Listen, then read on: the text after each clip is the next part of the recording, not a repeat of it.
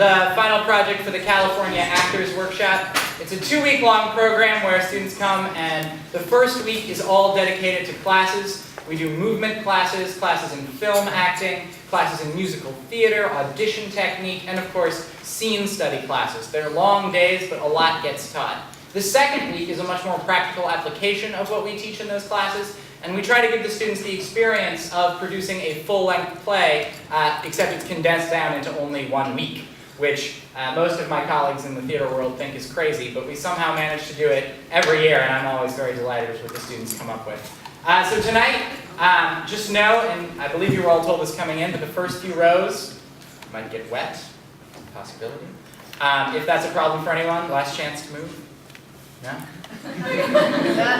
Excellent. In the unlikely event of some kind of an emergency, you'll want to exit through the back of the theater there and through these doors here. Keep in mind, the nearest exit may be behind you. At this time, please, if you haven't already, silence your phones or any other noise-making devices. It's time to do that. Yes, excellent. And without any further ado, give it up for tonight's performance of The Complete History of America Abridged.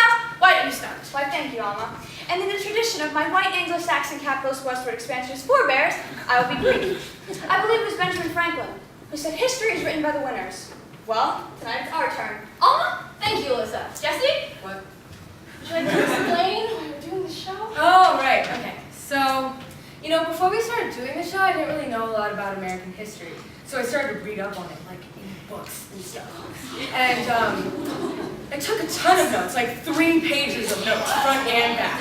And I found this quote about what history is, and I thought it was totally cool. It said, "History is the deconstruction of necessary illusions and the study of emotionally potent oversimplifications." And I still find that true today. And I see this show as remembering our past. Because I see this show as a serial reminder to America that says, "Hello, America, remember to pick up your dry cleaning." Because it's only through looking at our past that we can learn from our mistakes, or at least blame them on somebody else. Like capitalism, perhaps, free of all racism, sexism, ageism, weightism, hair colorism, making funism, and godism.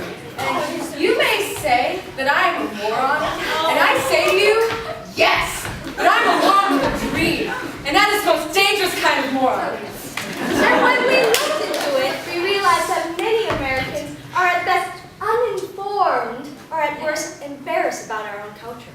Well, damn it, we got nothing to be embarrassed about. We brought the world's first democracy, a man on the moon, and Mark Twain, And Honey Boo Boo. Yeah, Honey Boo Boo, and Big Mac, and McDonald's, and Coca-Cola. So don't go telling us that we don't have a culture and history. So hang on, because we got a lot to accomplish in the next 50 minutes. We can do it!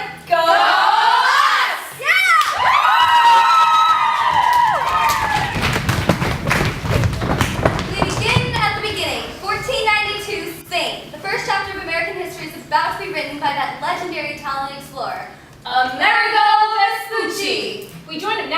his humble mapship at the Spanish dockyards.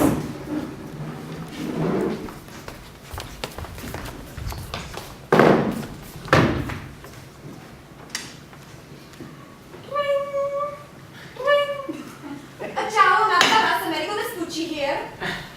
Maps? Do we have maps? Or what are the map mavens? Or what are you looking for? A sea route to India. You want a sea route to India. Are you nuts? I got your sea route to India right here, buddy.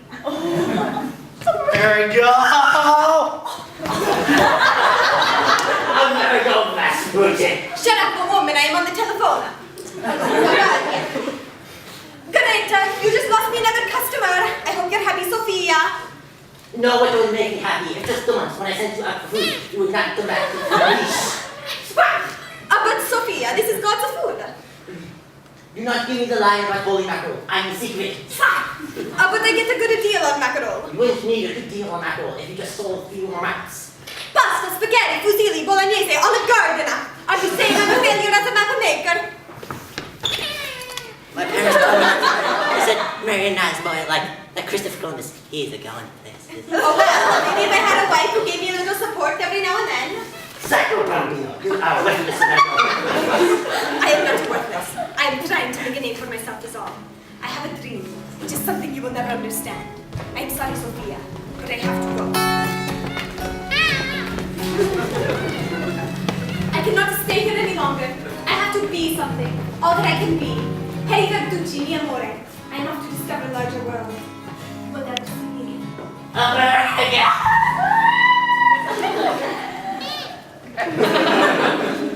America! Amerigo.